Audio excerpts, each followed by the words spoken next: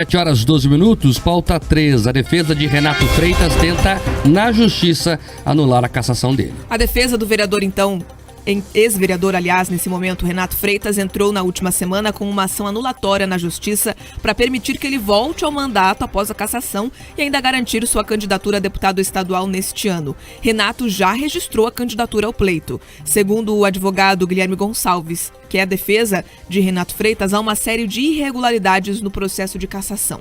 Como é uma ação anulatória, não mandato de segurança, e portanto a gente pode fazer prova, nós retomamos aquela questão da coação nos votos dos 5 vereadores e especialmente da Noêmia, feita pelo vereador Márcio Barros, e a nulidade ficou ainda mais evidente porque ele votou depois no processo de cassação, né? Então ele se deu por impedido na comissão de ética, mas no principal ele votou. Além da questão mal explicada do e-mail racista do relator em relação ao Renato. A defesa questiona ainda a realização de sessão especial fora de prazo, ausência de notificação da defesa dentro do prazo legal, vazamento de áudio contendo revelação de voto e a votação da cassação depois de já encerrado o prazo decadencial definido pela lei. E pelo Código Civil Brasileiro, por toda a legislação brasileira, quando nós temos um prazo decadencial, o prazo se conta em dias corridos e não em dias úteis. Então a Câmara de Curitiba seria a única do Brasil que conta o prazo em dias úteis e não em dias corridos, ou seja, altera a própria regulação jurídica de prazo decadencial. E é óbvio que a Câmara de Curitiba não pode fazer isso, né? É uma evidente inconstitucionalidade e nós imaginamos que isso vai resolver, e mesmo descontando os prazos de interrupção do processo do Renato, em 4 e 5 de agosto já tinha passado mais de 105, 110 dias do início da apuração. Outra questão colocada por Guilherme Gonçalves é sobre a desproporcionalidade da punição aplicada, no caso, a cassação. A própria Cúria, o arcebispo de Curitiba e o próprio padre Luiz Raz esclareceram que não teve nenhuma daquelas acusações, não teve missa interrompida, não teve desrespeito do Renato ao padre Luiz Raz, não teve invasão da igreja, ele não liderou ato nenhum. Então, seguindo a linha dos mais modernos precedentes do próprio Tribunal de Justiça do Paraná e do Superior Tribunal de Justiça em matéria idêntica, ainda que o judiciário não possa, sindicar, analisar profundamente o ato político de cassação, que é um ato político e jurídico, ele pode sim verificar o excesso de poder, o desvio de finalidade, no caso que se manifestou na desproporcionalidade entre a acusação que constou do relatório e a sanção aplicada. O político petista perdeu a cadeira na Câmara de Curitiba após os vereadores aprovarem, então, em segundo turno, o decreto legislativo que consolidou a posição do Conselho de Ética da Casa. Foram 23 votos favoráveis pela quebra de decoro parlamentar e 7 contrários. Segundo o colegiado da Câmara, Freitas quebrou o decoro parlamentar ao participar de um ato contra o racismo no mês de fevereiro deste ano, perturbando o culto religioso e realizando o ato político dentro da Igreja do Rosário, no Centro Histórico de Curitiba. Quem assume a vaga na Câmara de Curitiba no lugar de Renato Freitas é Ana Júlia Ribeiro, também do PT. A solenidade de posse está marcada para as 9 horas de amanhã, terça-feira, no plenário da Câmara. Com sua chegada, a Câmara de Curitiba terá a maior bancada feminina da história, com 9 representantes exercendo simultaneamente seus mandatos. Com 22 anos, a estudante de Direito e Filosofia é a mais jovem vereadora da história de Curitiba. Ana Júlia foi uma das lideranças estudantis durante as ocupações dos colégios estaduais que aconteceram em 2016.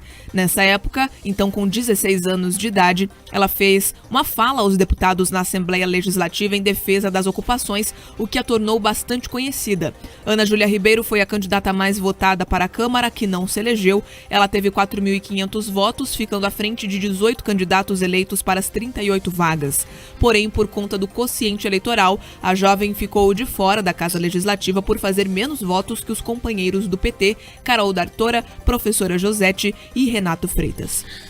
Bom, vamos lá. A defesa do Renato Freitas faz o papel dela, que é defender, obviamente, o agora ex-vereador, ou por enquanto ex-vereador. Vamos ver o que o judiciário vai definir. Mas veja que a estratégia de defesa, ela segue o padrão petista de defesa, que é não combater o mérito. Muito pouco se fala sobre o mérito da questão. Muito parecido com o que aconteceu com o Lula.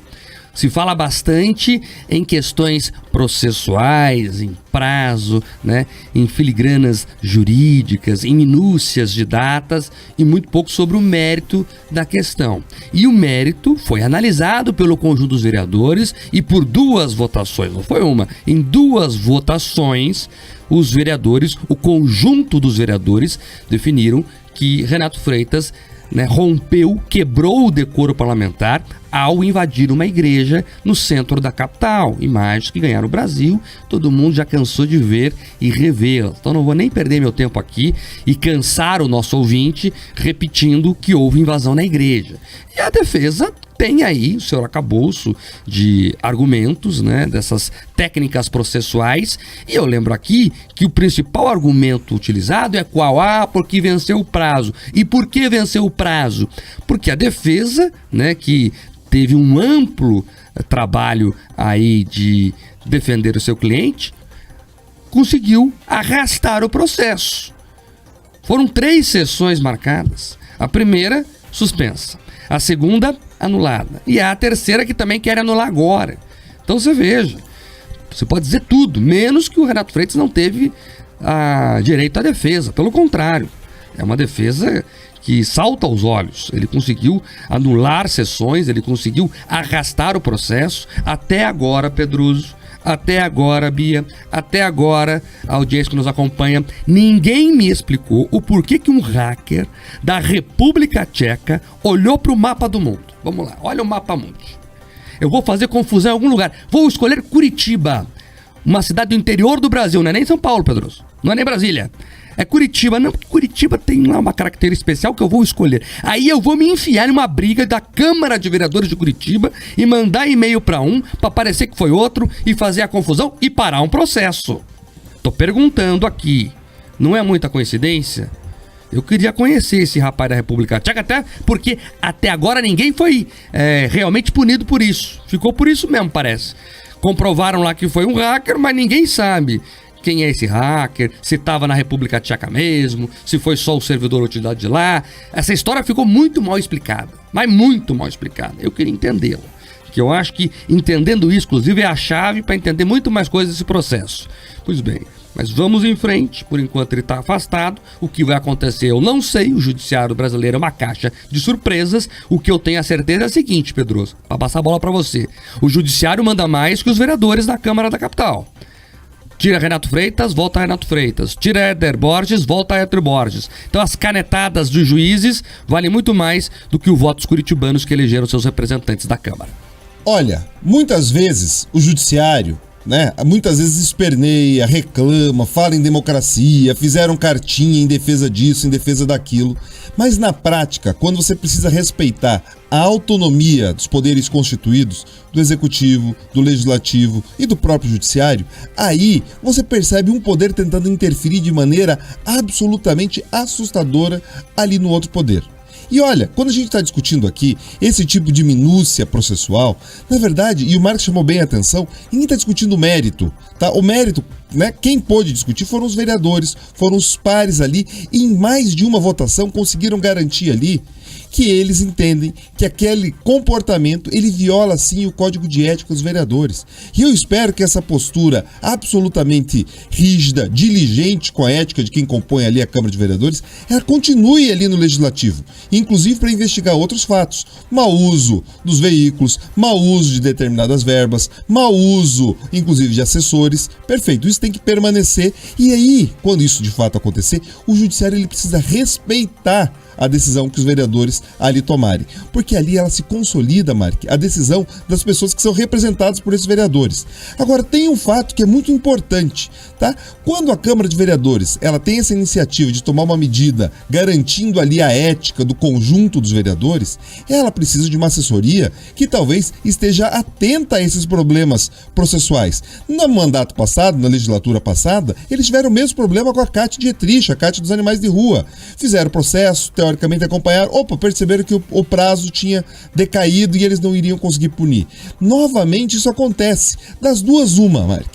Ou você tem ali parte dos vereadores fazendo mais um trabalho para inglês ver, que faz tudo isso, discursa, aproveita a indignação do curitibano e vota junto com essa indignação, mas na prática deixa a água correr embaixo da ponte e daí não tem punição, fica tudo termina em pizza, ou de fato a assessoria da Câmara ela precisa ser mais atenta nesse tipo de caso. Opa, você teve uma sessão que foi cassada, por quê? Cálculo errado do prazo. Eles não poderiam ter adotado ali uma postura mais conservadora, mais diligente quanto à contagem do prazo? Novamente agora sobre o prazo de decadência, inclusive dos 90 dias. Você teve o recesso parlamentar entre as sessões. Será que você não poderia ter previsto esse tipo de comportamento? Era visível, você alertou aqui. Esse é o comportamento da defesa petista, jogar com a regra embaixo do braço. Então assim, fica uma lição. Caso também essa decisão do Legislativo não seja mantida, o Judiciário interfira aí, mas é importante que o Legislativo também se mantenha atento para defender, inclusive, as suas prerrogativas e as suas decisões. Não é o que a gente está acompanhando nesse caso, Mark. É o que nós dissemos aqui, né? A defesa dos petistas, ela segue essa régua, como você colocou. O que é o Lula? O Lula é a questão do CEP. Não, julgou em Curitiba e não deveria jogar em Curitiba. Mas o que ele fez? Mas não importa mais agora, já foi pro vinagre, como se diz no popular.